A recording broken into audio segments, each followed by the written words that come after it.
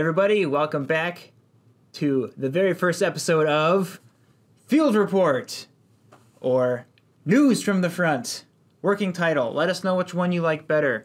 But it's basically a new format where we're going to be talking about our experiences in the field with the hobby.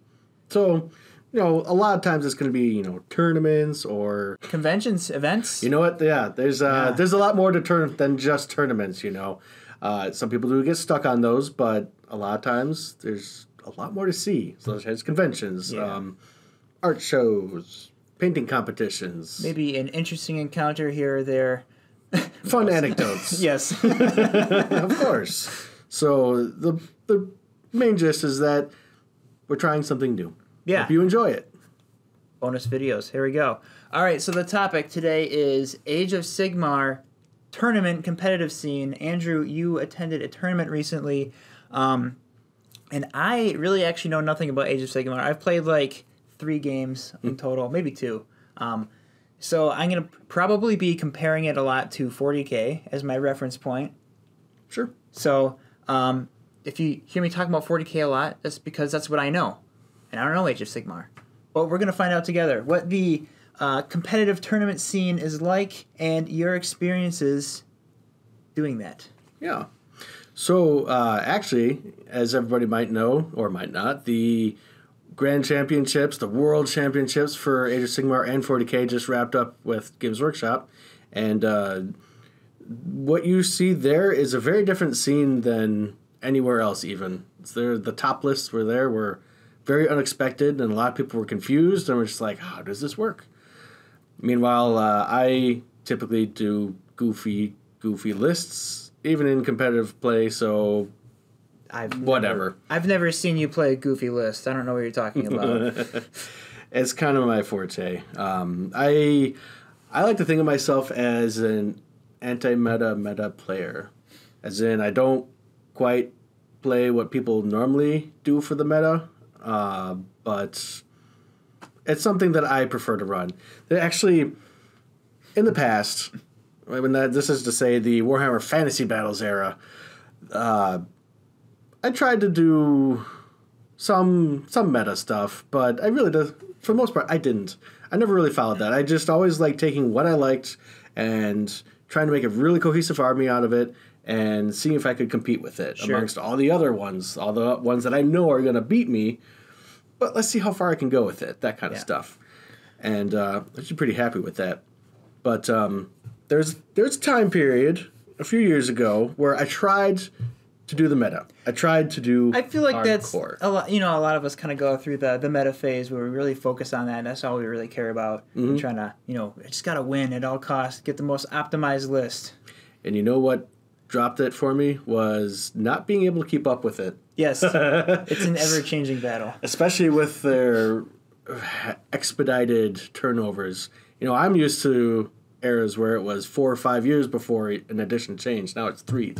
Yes. And rules are changing every week. So for me, I just couldn't keep up with it, so I stopped trying. I just went back to what I was doing because that's what I liked. That's how I had fun, and I'm just going to keep doing it. Yeah, I mean, it's all about having fun at the end of the day and doing what you like. And, some people are really into the meta and there's tweaking nothing their wrong lists with that. every quarter, and there's nothing wrong with that, but, it's a lot to keep up with, so definitely. Especially when you have had kids and you just can't pay attention as much as you used to, and it's just what happens. This thing called life, it just kind of gets in the way sometimes. Darn getting old. Darn that thing. Yeah. All right. So let's talk about this Age of Sigmar tournament you went to. First of all, let's just talk about Age of Sigmar. So very little experience in that. So the way the editions are coming out, we have like Warhammer 40K 9th edition, and Age of Sigmar came out during 9th edition, the latest edition, correct? Mm-hmm. Yes. So is the current Age of Sigmar edition similar to 9th and how it plays as far as like rules bloat, kind of some of the funny interactions you had going on there where it's kind of like a heavy mental load playing the game? Yes, there's a lot. The design philosophy for both at the time it came out was to have, sub-factions, and each sub-faction has their own artifacts, and not enhancements like 40K, but, actually, I'll come back to that. Yeah. So they have, warlord traits are called command traits. Relics are called artifacts. Mm-hmm. Stuff like that. But all of them are called enhancements, which for 10th edition 40k is actually a carryover from 3rd edition Age of Sigmar. That's where it started, and that's why it's now in 40k. But yeah, they try to do a lot of similar things back and forth, but realistically, both games do play fairly different enough to the point where someone like me, who likes to play both, but not often enough, Sure. gets the two confused all the time. Oh, I can imagine. So at the Age of Sigmar tournament, I was having guys call me on stuff being like, no, that's not how that plays. Go, oh, right, that's 40k. Didn't you read the last data slate balanced update? They changed that rule. I did maybe once. Yeah. I don't know. Keep up as much as I should, but I do it anyway. Yeah. But then also, I played a 40k tournament recently as well, and I was thinking of Age of Sigmar rules. Yeah, I bet. It's a terrible curse. Even the rule changes between editions. Oh yeah. Of the same game that you get mixed up. It's like, wait, how does Big Guns Never Tire work in this edition? I don't know. No, it's just a mess now. But yeah.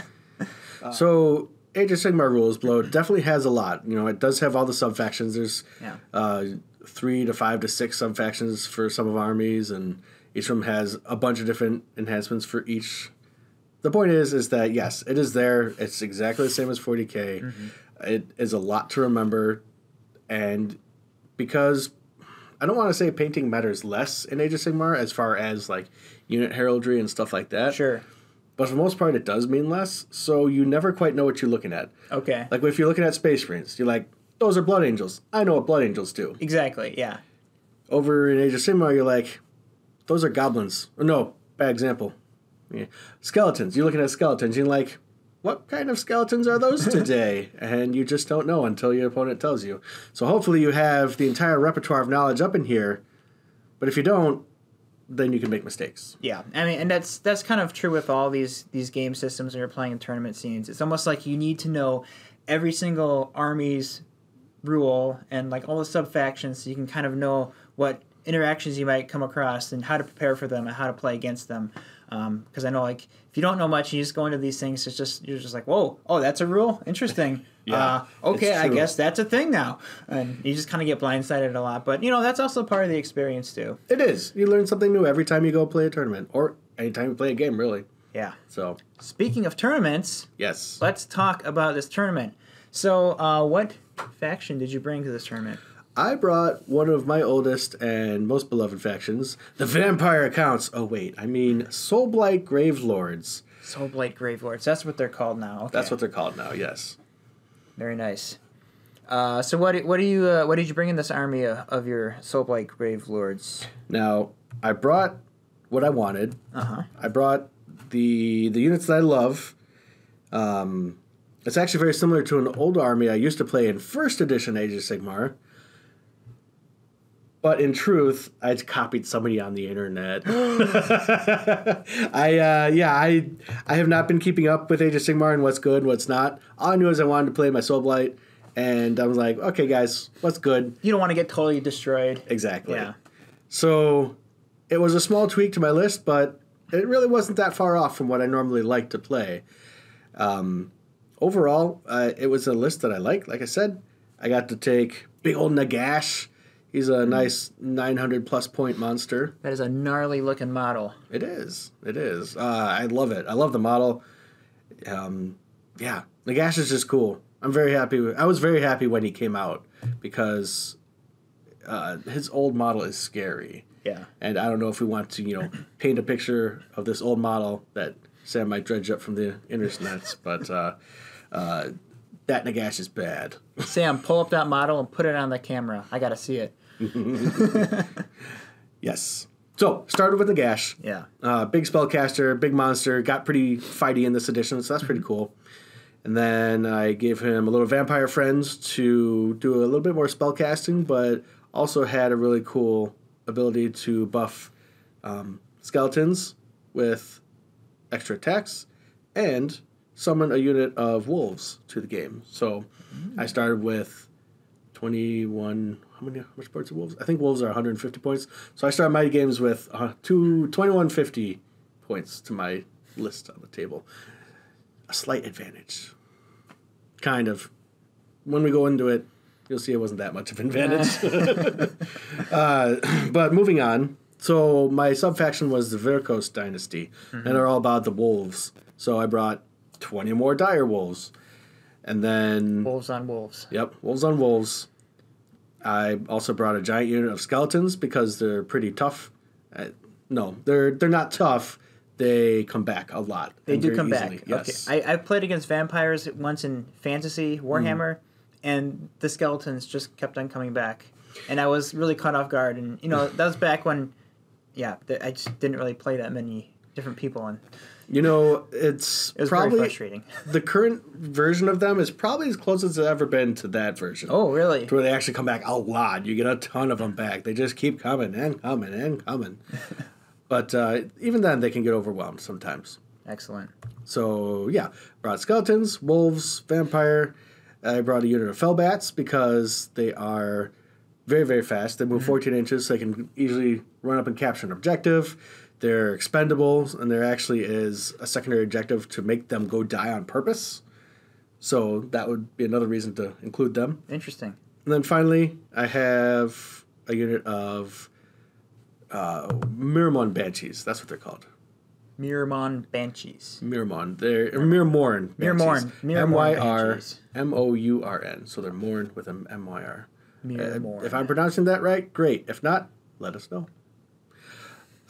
Anyway, so those guys are really good spell eaters. Okay. So like this edition, or actually this version of the General's Handbook, which is like the chapter approved for 40K, really hard focus on spell casting and getting your spells on the table, using a lot of endless spells. Basically, it's buffing it a lot. Okay. These guys give you an extra chance to get rid of spells, to have them not even take effect, and if they do cast them, you still just away with them. It's like a little extra magic defense. Okay. I actually played another tournament where I had 32 of them on the table. Oh, wow. It was a 3,000 point tournament, mind, so that had the extra space, but that was at the start of this handbook, and I'm like, I don't want to get hit by spells at all. So, in addition to those couple little banshees, I do actually have two of my own endless spells. One of which is the Umbral Portal for Nagash, so you can cast spells through it. And the other is the Penumbral Pendulum, which is a cool little mortal wound causer. You just let it go and slice through the enemy. I see that. So that's what the endless spells are. They're actually like modeled spells that move around the table, and like unit, you summon them and they go and do their thing and then they go away, or they... Well, they stay on the table, and depends on what it is. Some of them stay on the table. Like these two that I brought would stay on the table until either dispelled later in the game, or I just dissipate it. Well, actually, I have to dispel it myself. But either way, yes, they stay on the table. They're represented by models. They're pretty cool. You can use those models for anything, really. But yeah, because I've been kind of perusing the Age of Sigmar lines a little bit. Like, oh, that faction looks kind of cool, and then it's like, what are these endless spell things? Like, right. Are those required? Do I have to get some of those? Or no? They also look cool though, but it's just like there's a lot to this game that I just feel so ignorant on. There's a few different layers to it than 40K, but yeah. Yeah. Nice. All right, so I guess let's talk about your tournament. And so you got your list. Kind of went over that. You played 3 games. Is that correct? Yes, it was a 3-game tournament. It was just a little one. There were 24 players, I believe. Okay. Out of 26, we had a couple drops. So yeah, this tournament is a small one. Yep. But it's actually really cool and really popular because it was sold out and there was a waiting list. Oh. And it was the Fall Rubicon, which is run by the Dies Cast podcast. Oh. Check them out. They're really cool guys. I'm not shilling? Shilling? Not shilling for them at all. But they're my friends too, so... Shout out. You're just doing a friendly shout out. Friendly shout out. Hobbyists in action. Yeah. So, there you go. Anyway, the Dies Cast, they have a podcast, they have a YouTube channel, check them out too. But, stay here and listen to us. Also, if you're staying here and watching this video and you're not subscribed, subscribe to the channel. Also, leave a like and leave a comment below. We're trying to grow. We just passed 700. We want to get to 1,000 before the end of the year. We'll see if we make it. We'll see. Grow with us. Yeah. Right. We're a community. Well, we have fun here. Yes. Anyways, back to... So they run 2 tournaments a year. One is the Spring Rubicon, one is the Fall Rubicon. They're going to be 2 different vibes to them, which is cool. Anyway, so 3 games, 2,000 points, nothing real fancy. Sure. Yeah, let's just hop right into the games then, I guess. Yeah. All right. So let's talk about your first game. Who did you play against, or what army did you play against? The first army I played against was the Asiarch Bone Reapers, which is another undead army. Tomb Kings, not Tomb Kings? You know, it's a real hard Tomb Kings to me. Like, okay, it's close, but not nearly close enough. But anyway, they're basically bigger, tougher skeletons. Okay. Nagash is like, yes, you're my chosen elites. And they really are on the table, too. So his list was a few characters. I believe it was Katakros is the biggest guy. Mm-hmm. And then a couple of the mounted duders, a unit of 5 of the cavalry, and then, let's see, what was it? 1, 2, 3, 4, 5, 6. 60 to 80? Maybe it was 60. Either way, 60 of the Mortrek Guard, which is basically their battle line or troops choice. But as you'll find out really soon, they're really tough. So between them all, they can get a lot of buffs because they get lots of bonus command points in that army. Okay. And they can use them on a whole bunch of buffs in addition to their own things that they have. And it was rough. It was really rough. Really rough. All right. I guess let's go through the... We'll do a high level of We'll do a high level of this. Yeah. So, I don't remember what the scenario was, but basically there were 6 objectives. You know, 3 on the line with his deployment zone, 3 on the line with my deployment zone. This is some great terrain, by the way, that they had at the tournament. Wow. Yes. I look at this, I'm like, wow, this looks like a board that we would set up. It is. They have tons of it there. A few more shout-outs. This was at the store Hobby Nights in West Bend, Wisconsin. Highly recommend it. They have a wide selection of stuff, not just Warhammer, but all sorts of other things. Huge gaming hall. Huge gaming hall. Yeah. Like I said, we had 24 out of 26 players. That means 13 tables. And we weren't even using all of it. We were using like a fraction of their gaming space. It's huge. Yeah, it's really cool. And then a lot of the terrain that they have actually is done by a commission painter or commissioned terrain maker in, I can't remember, I believe he's either in the Oconomowoc or Hartford area. Okay. Anyway, he's local. Yeah. So it's really cool because he makes a bunch of really cool stuff, puts it online all the time. So really good tournament, really good looks, very aesthetically pleasing, very happy to play on it. Absolutely, yeah. So scenario was 6 objectives, set up, cross lines from each other. I just set up a nice big line, he set up a nice big line, and we walked at each other because we're undead. We're nice and slow and neither of us have shooting because he did not take any of his catapults that he could have taken. So sure. Yeah, very, very slow and stately we both went. I tried to go for, on my right flank, a sneaky bit. I was trying to get around over to the objective on that side with like my bats, and I also put the banshees over there. And then eventually I summoned the extra unit of direwolves over there. Okay. So I really kind of pushed that way because they didn't have a whole bunch over there compared to the other side. But as I found out, his stuff is very fast. So his cavalry actually came to me first. Oh, no. Yeah. Caught me back in my deployment zone.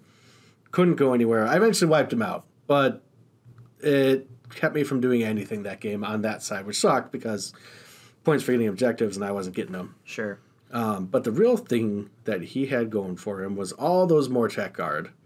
So as you can see in some of my pictures there, what happened was we formed 2 battle lines, and then we kind of wiggled, and then finally smashed. Now, my skeletons can come back a lot. Okay, yep. Which is really, really important because his Mortrek Guard, for all their buffs... Now, if I get this wrong, feel free to correct me because my memory ain't great sometimes.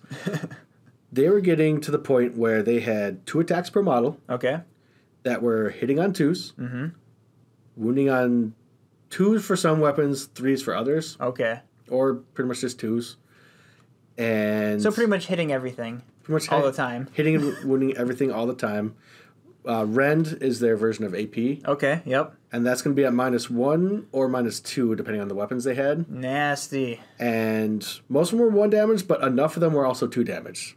Okay. So the big chunky unit of 20 dudes in the middle was punting out, 40 attacks, 40 plus attacks. 95% of them hitting. Most of them hitting, most of them wounding. And because my save was only a 5+, tearing through all my skeletons. Yikes. Now, they would all rise again, but I couldn't do anything in return. Sure. He would just keep smacking them down, and I'd get back up, and I'd smack down. So that's kind of how it all went. Most of what my stuff could do just bounced off. Yeah. You know, my stuff just didn't have that kind of hitting and punching and killing power that his did. But on top of that, they also had a nice and stately 3+ save, like Space Marines. Okay. They also had Feel No Pain. Like, up until, I think it was like the 3rd turn. So he'd just been lightly buffing his guys. And because I don't play enough, I don't know what the Bone Reapers do. Now I know. Yeah, now you know. When it's buff turn, when it's go time, he had 3 units, all with all these buffs. Oh my gosh. Mostly all with all these buffs. And it's just like, steamroller. Just ran me right over. So, you know, we both had 2 Horde armies, so the game took forever. It sucked. We didn't quite finish, but we talked it out. It was fine. Yeah. His hordes were just, the quality was just way up there, and mine was not. Yeah. Now, in fairness, I took a nearly 1,000-point model in the form of Nagash, but still.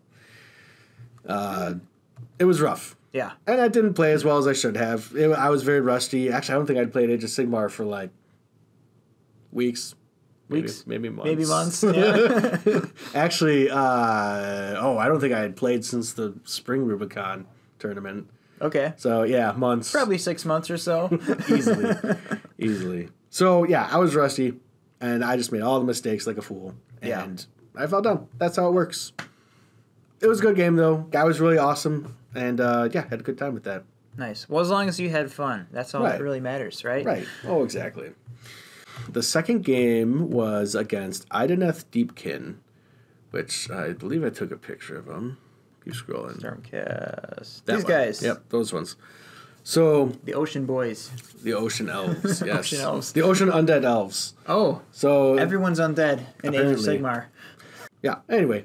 So his list was the big wave guy. I don't remember these names at all. So the big guy riding the wave.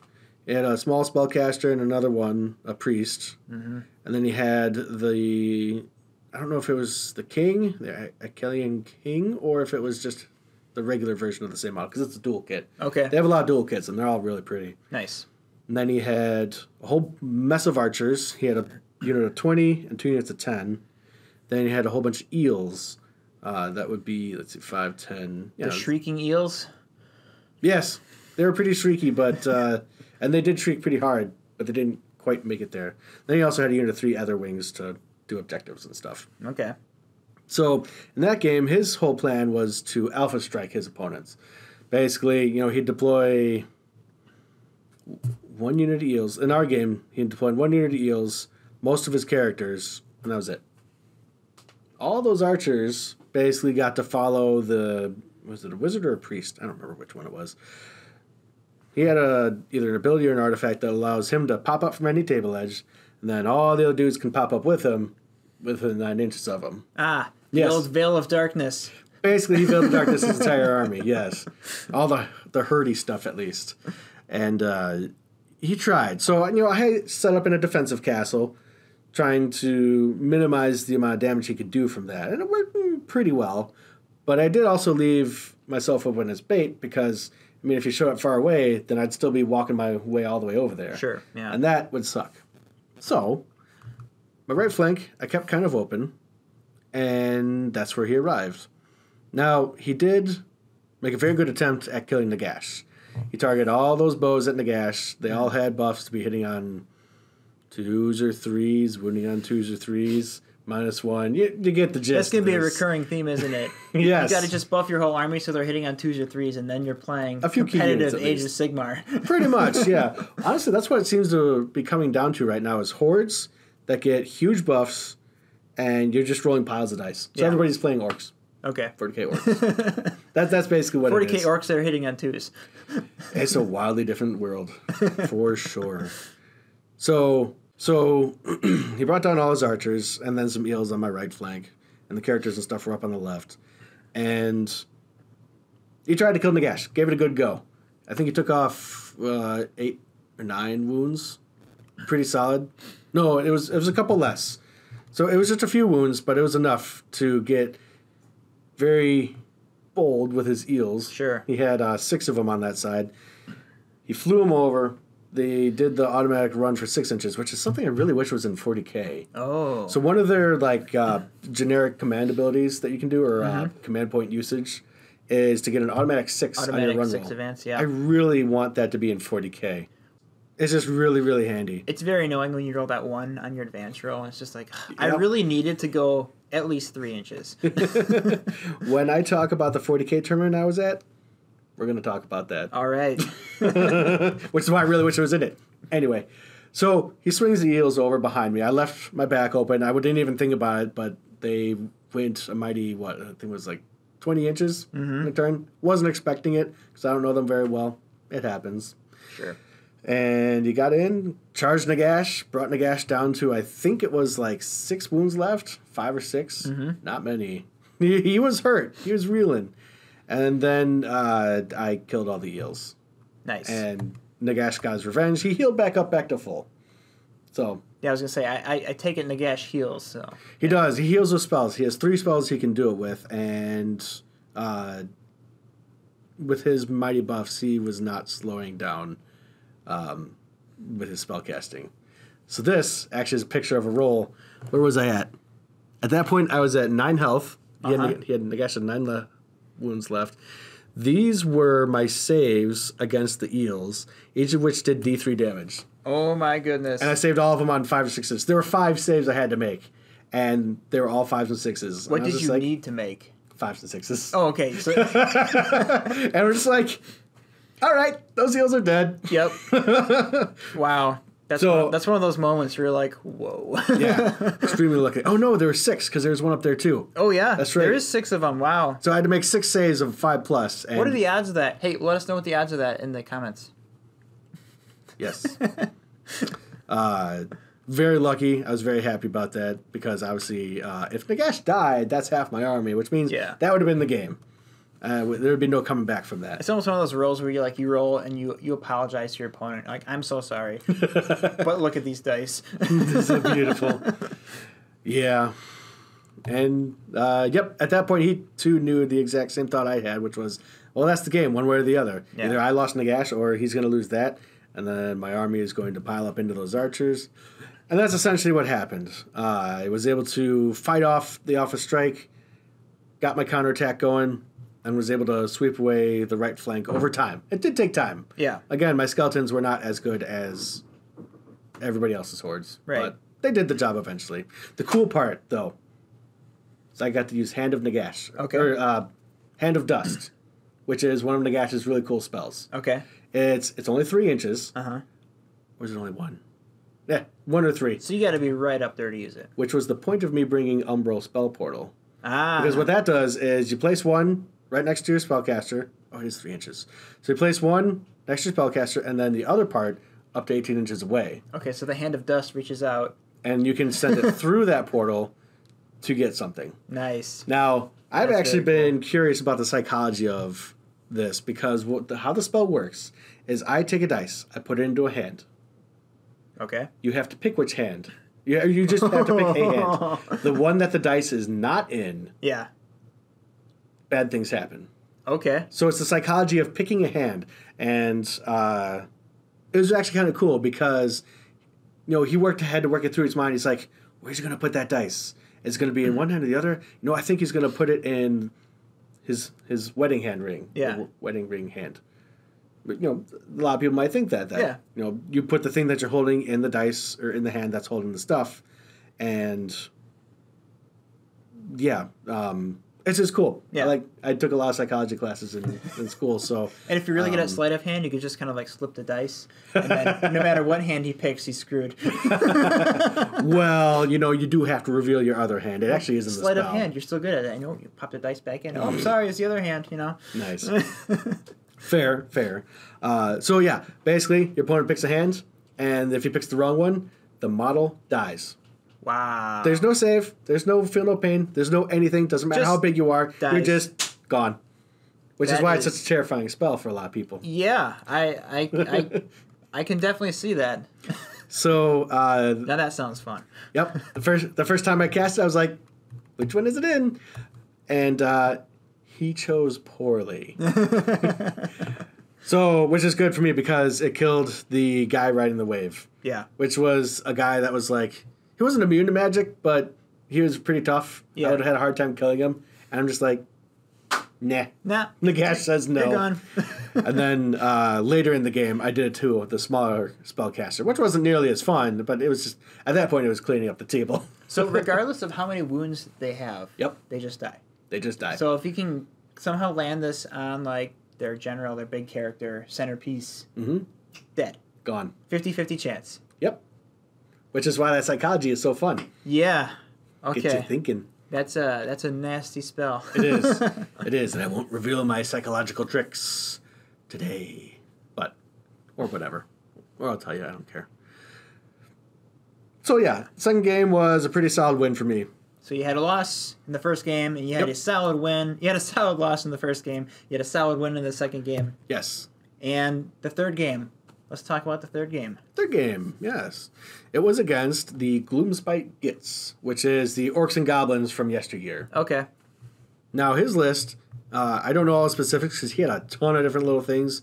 Like, I kind of get the gist, but basically he had a maxed out unit of squigs, the little bitty squiggly dudes, little bitty snots on a base. He then had 2 units of cavalry squigs. I think those were 10 each. Basically goblins riding the squigs with spears. Some spider riders, I see. Yep, we had some spider riders, only 5.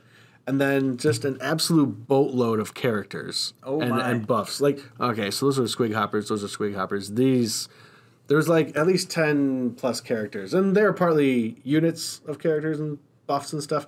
But basically, as we were talking about before, they were buffers. They were there to make that giant unit really, really good. And then is that a fortification piece? So they have, it's a terrain piece. A terrain piece, yeah. The only one, well, no, there's a couple in 40k. There's the Hammerfall Bunker. Mm-hmm. There's the one that the Sisters of Battle have that you can't buy anymore. Yeah.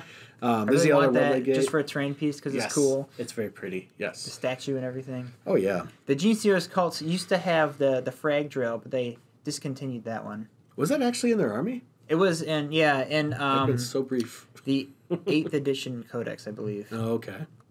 That makes sense. They had got rid of it just as I started collecting them. I was like, I wanted to get the drill. Darn it. Yeah. So in Age of Sigmar, though, a lot of armies have a terrain piece, and it's free. Oh, nice. Yeah. The Lizardmen, they have like a little ziggurat, don't they? Yeah, they got a ziggurat. In this case, Gloomspite Gits have a, what is that? I think it's a moonstone. Basically, it's a statue that's in kind of in the shape of a moon. They're a little goblin. Yeah, in their own goblin way. There's others, like the Beasts of Chaos have the Herd Stone. Yeah. So on and so forth. Anyway, but they're all free, so you actually get to use them. That's awesome. It also makes them kind of a mandatory purchase for some armies. Yeah. Actually, for any army that has them, because they're all a buff piece at the same time. Yeah. So it has the good and the bad that go with it. Like, I'd really love for the 40k ones to be free. Yeah.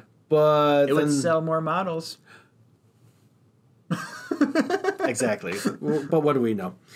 Third scenario was the one where there's 5 objectives all kind of clustered in the middle, and your deployment zone goes all the way up to the middle. Okay. As in, you can start the game in combat. Oh, it's like the like table quarters. Yeah.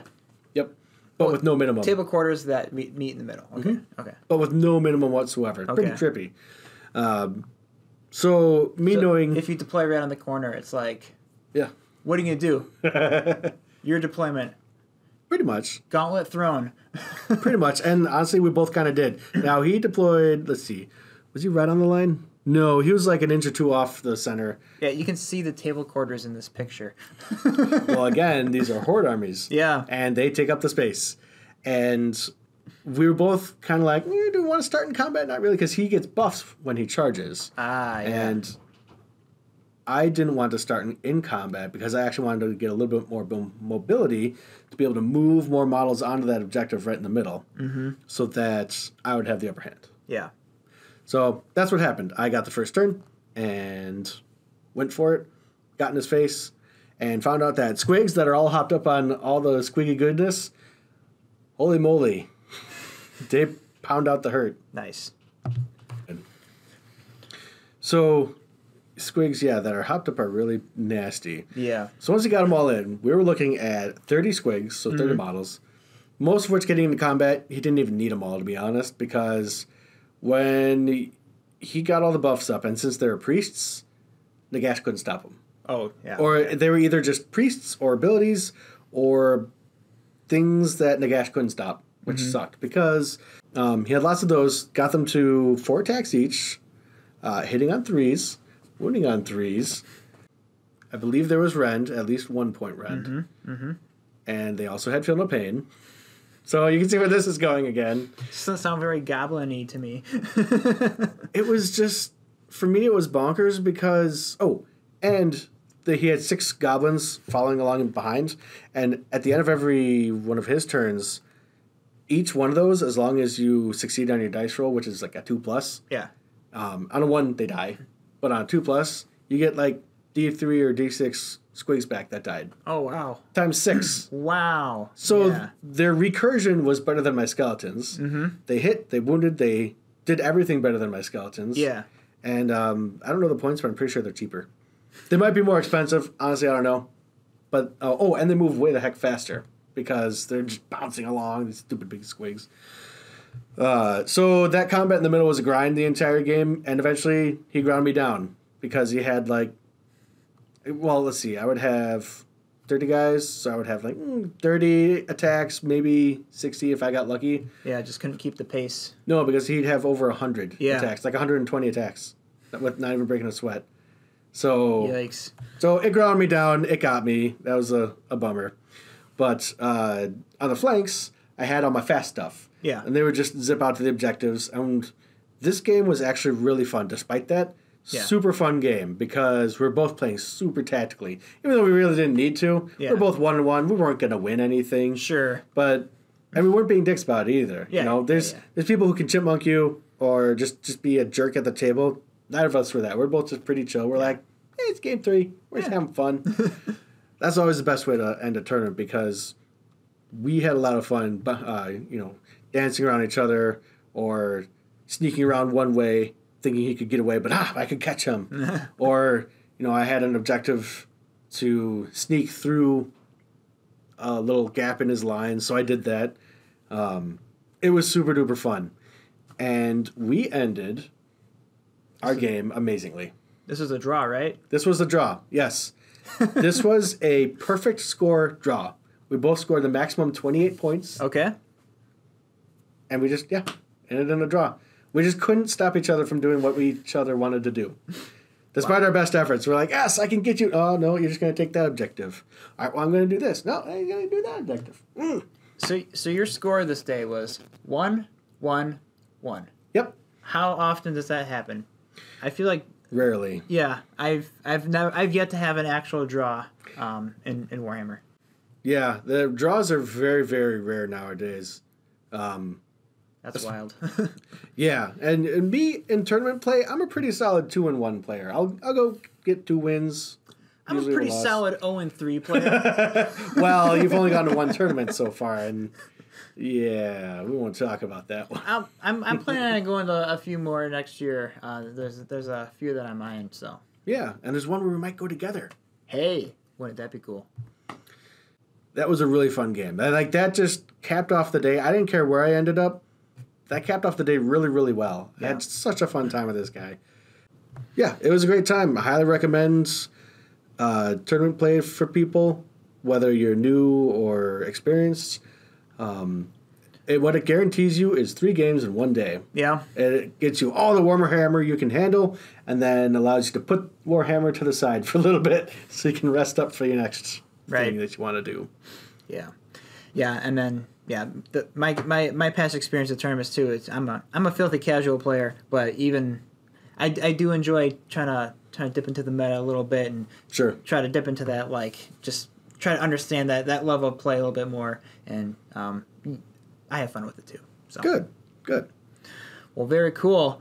Age of Sigmar looks like a fun game. I've been kind of toying with maybe starting like a Demon's Army or something, so I could duel 40k in Sigmar. We'll see if I get to that one day once I whittle down the old pile of opportunity some more just to justify it. But yeah, so that's very cool. Thank you for taking those pictures and sharing your experiences. Yeah. Happy to share. I mean, there's a lot of people who are not quite sure their tournaments are good for them. Right. I'm happy to be saying, yeah. Though I do recommend starting small. Yeah. Like, start with your local shops. Do little bitty tournaments where people aren't really going to be too hard for the crazy stuff, and you can actually just have a good time more than anything else. Exactly. Well, cool. So this was the field report, or news from the front. News from the front. Let us know in the comments what name you like better for this series. Also, let us know what you thought. Give us a like. Leave a comment. What do you think of Age of Sigmar, its current state, as it's kind of winding down to the end of the edition? Because we're probably going to get a new one next year, right? Oh, yeah. Very certain. If they're following the very predictable 3-year cycle right before their fiscal year closes. How convenient. Oh, yeah. But yeah, let us know what you think of Age of Sigmar. Are you playing Age of Sigmar? Are you playing 40k? If so, let us know what armies you're playing, what ones you are looking to play. And as always, thanks for watching. We'll catch you in the next one. Bye.